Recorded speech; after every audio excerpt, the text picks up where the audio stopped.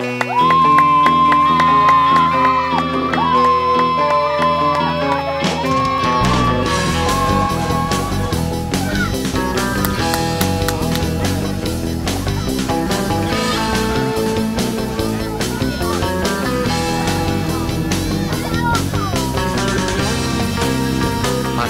keseruan di Blitar, Jawa Timur, teman. Ada tradisi menangkap ikan dengan tangan kosong. Masyarakat di sini menyebutnya gogo lele. Ini kita lagi melakukan aktivitas, yaitu khas dari desa atau dusun Precet, yaitu gogo lele. Kita di sini nangkap ikan lele, tapi menggunakan tangan kosong di kubangan lumpur kayak gini. Licin banget, susah banget. Kamu kalah sama mereka.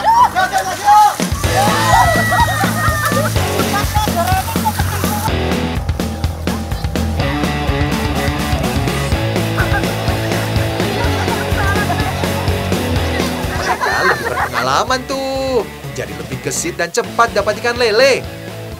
Gagal terus nih. Tapi aku gak boleh menyerah dengan kelicinan dan kegesitan ikan lele. Kalau berusaha terus, pasti berhasil. Ikan lele harus digiring ke pojokan sawah ya, supaya pada kumpul semua. Jadi lebih mudah ditangkap.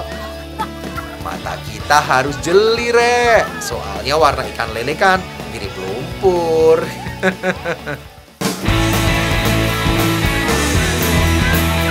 Oh iya, teknik gogo sudah dilakukan sejak dulu, teman.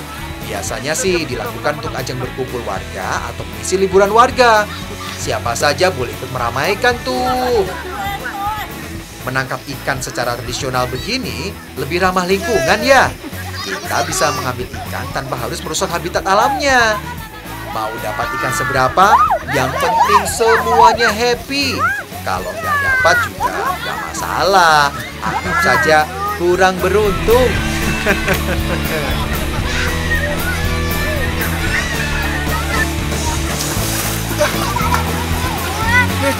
Akhirnya setelah lama sekali aku nyari, susah banget dari tadi. Akhirnya aku dapat satu lele. Nah, habis ini aku mau masak sama warga, yaitu salah satu makanan khas di sini. Yuk, tangkap lagi yuk!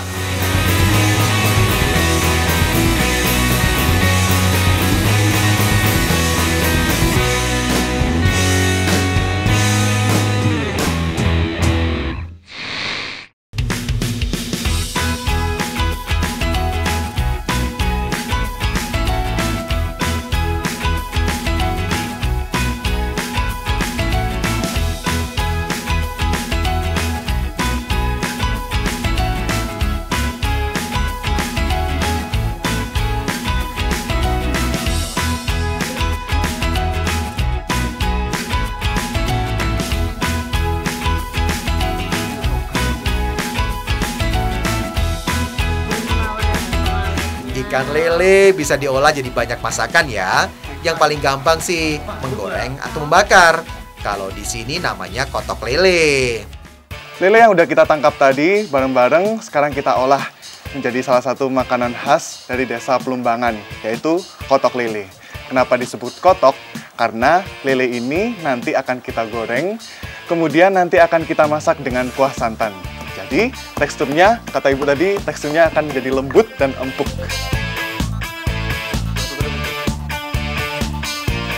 Bu, ini kayaknya udah deh, udah aku garamin. Kita goreng yuk. Iya. Yuk. Begini ya. Kalau ibu. Kotok lele didominasi rasa pedas, teman. Ditambah sensasi rasa asam, asin, manis, dan gurih. Kotok lele mirip mangkuk lele ya. Hanya ada satu bumbu yang membedakan. Ini bumbunya, Pak. Sebenarnya ikan lele bukan asli Indonesia loh, teman. Habitat aslinya di Afrika. Tapi sudah tersebar luas sampai ke Asia, termasuk di Indonesia nih. Ikan lele termasuk sumber protein hewani yang bagus loh. Kandungan protein, lemak, dan fosfornya lumayan tinggi. Kayak pancingan ini. Semuanya. Satu-satu ya. Oke. Nih, yang bedain antara kotok lele dengan mangut lele adalah Di kotok lele ini bumbunya menggunakan kunir, laos, dan juga kemiri. Namun di mangut lele cuma pakai kemiri aja, jadi bumbunya warna putih. Masak kotok lele ini, kata ibu tadi, tidak harus menggunakan ikan lele, karena bisa diganti dengan ikan tawar yang lain ya Bu ya. Bisa ikan nila, ikan gurami, atau ikan patin juga bisa.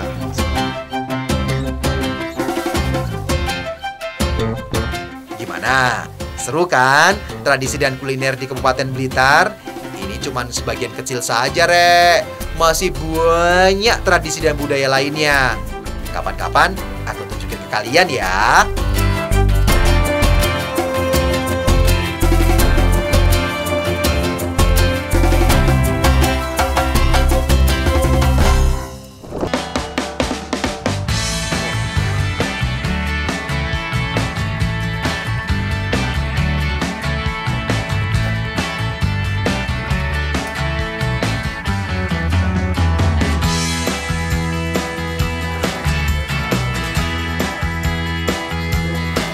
Aku mau ikut warga desa Sawentar mengolah sayuran yang didapat dari gunungan.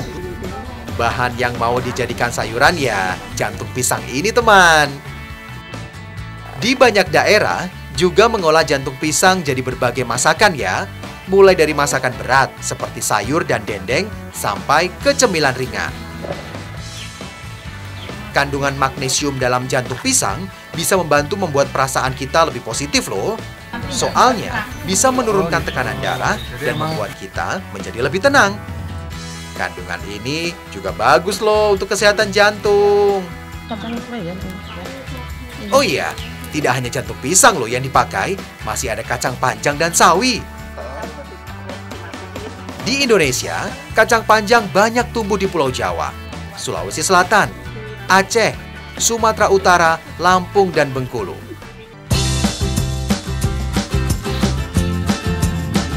Nah, ini juga jenis sayuran yang mengandung mineral dan vitamin, teman. Sawi juga mengandung karoten dan glukosinolat. Bagus tuh sebagai antioksidan yang baik untuk tubuh kita. Kandungan serat sawi yang tinggi juga bagus untuk pencernaan. Saya mau ngerebus jantung pisangnya dulu ya, Bu. Iya, enggak Bu, enggak. Ya.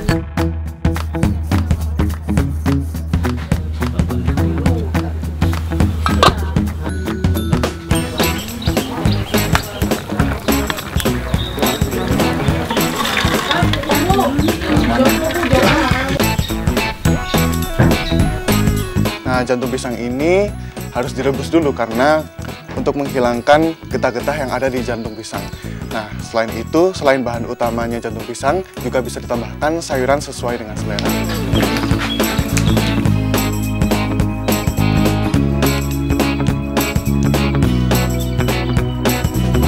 Nah, ini udah selesai ya? Ya, sekarang boleh kita mulai. Yuk, kita masak yuk. Ya.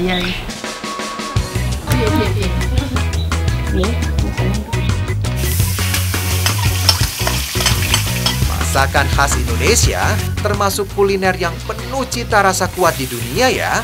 Salah satunya karena keberagaman sayuran dan aneka rempahnya. Tiap daerah memakai bumbu dan cara memasak sendiri.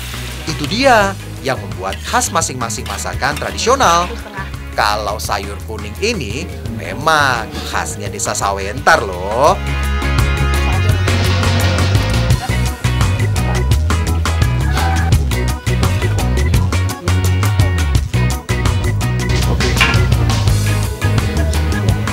Nah, hidangan ini dinamakan sayur kuning karena memang menggunakan bumbu dasar kunyit.